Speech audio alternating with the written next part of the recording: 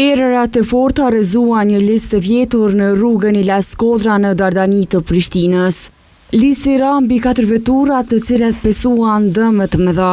Veturat ishin të parkuar aty, por qytetarët e kësaj lagje shprehen të shqetësuar për situatën, pasi thonë se aty mund të kishte edhe njerëz dhe pasojat do të ishin fatale. Dje ka pat një furtunë të përkohshme, fatbarësisht nuk ka pat aksident të madh ndomet njerëzve dhe ndomet vogla materiale. Për këtë ai ka kërkuar siguri edhe nga vetë qytetarët. Është përgjegjësi edhe qytetarëve në raste të tilla që të largohen prej drojve që mos të vijë deri te një aksident. Donat Lushaku, zëdhënës në komunën e Prishtinës, për televizionin në lidhje me rastin tregoi që ekipet kanë dalë në terren dhe kanë larguar listin. Si pasojë e erërave të forta mbrëm rreth orës 22:30 kemi pranuar informat për rrëzimin e një druri në lagjen Dardania, ku si pasojë janë ndërtuar 4 automjete. Të gjitha ekipet përgjegjëse të kryeqytetit kanë dalë në vendin e ngjarjes dhe kanë larguar drurin dhe njëkohësisht edhe rrezikun për dëmtimet e mëtutjeshme. Ndryshe, komuna e Prishtinës ka dalë me një apel për qytetarët pasi që pritet të ketë edhe mëtutje erëra të forta.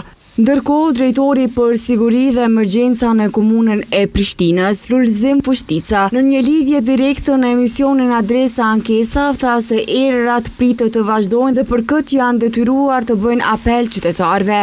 Pas parendimit të institutit, sot pritet në orët gjatë ditës, pra mbas orës 11-12 që mund të kemi erëra të forta deri në 32 km/h, të cilat mund të shkaktojnë dëme materiale si në shtëpi apo dhe në ekonomi familjare, por mund edhe të dëmtojnë pemët, të rrëzojnë ndonjë lesë në dru, dhe për atë arsye kemi pa të natyrës, dhe kemi pa të nevojshme që të paralajmërojmë qytetarët që të kenë kujdes gjatë lëvizjes që të parandalojmë ndonjë aksident.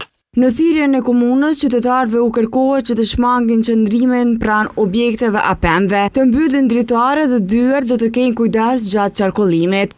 Ndërkohë, erërat e forta kanë shkaktuar dëme edhe në rrjetin energjetik.